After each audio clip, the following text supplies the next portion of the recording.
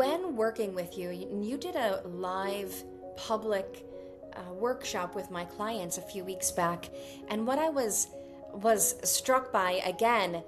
Can you talk about how you create the mind map and how in our subconscious mind there are different areas that sometimes gets blocked, maybe because of trauma or experiences? Can you speak to the impact that what we believe and where we store things in our mind, what impact that has on our ability to get through a day or get through a challenge in the future? Can you speak to that? So yes, a lot of people people do know this word, getting triggered.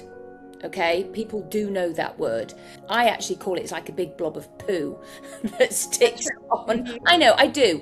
And the reason why is because I see children, I see teens, and they go, "Oh, did she just say that?" Yes, I did. And it gets people's attention. And, I mean, all children, and we all have inner children inside of us. People, as we were kids, we love to talk about poo and wee.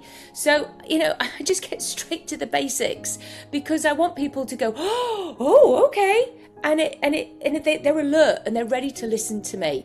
So if you just say this, okay, because I have loads of tools around me, lots of little toys, if you like, around me to help me to explain things. So say this represents your amygdala. Okay, which is a bit in our brain that's always checking out for things that might be scary. Fight, flight, freeze. It goes back to caveman days. We have that inbuilt in us.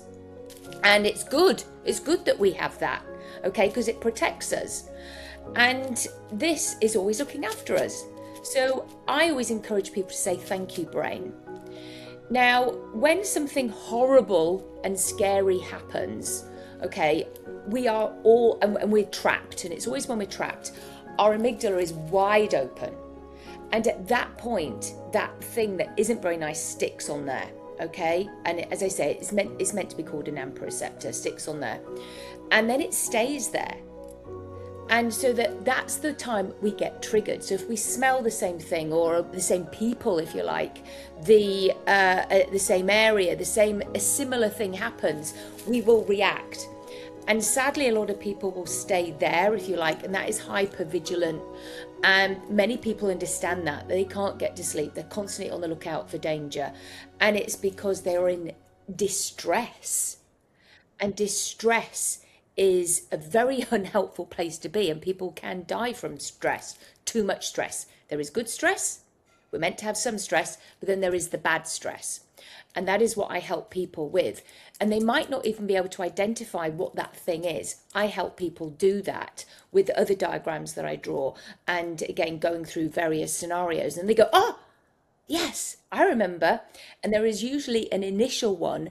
And that always happened usually when we're quite young, often below 7. And we can't even remember what that thing is. And it may take a while before that first thing that was on there is activated, and it'll be another one, and then it just catastrophizes. So this is why with you, Katrina, there may be so many people who might not like doing public speaking. They might not like being in front of people, meeting new people, getting into crowds, networking. They say they have social anxiety. They've labeled it themselves. I don't diagnose people. People diagnose themselves a lot of the time. And so every time they're near people, they're already like that. Okay? And it could be from being embarrassed at school, being put down by a teacher, by a parent, in front of other people, just something, unpleasant that maybe happened to them. Or Katrina, it could be something they observed. Could have happened to their brother or their sister, a family member, or another child.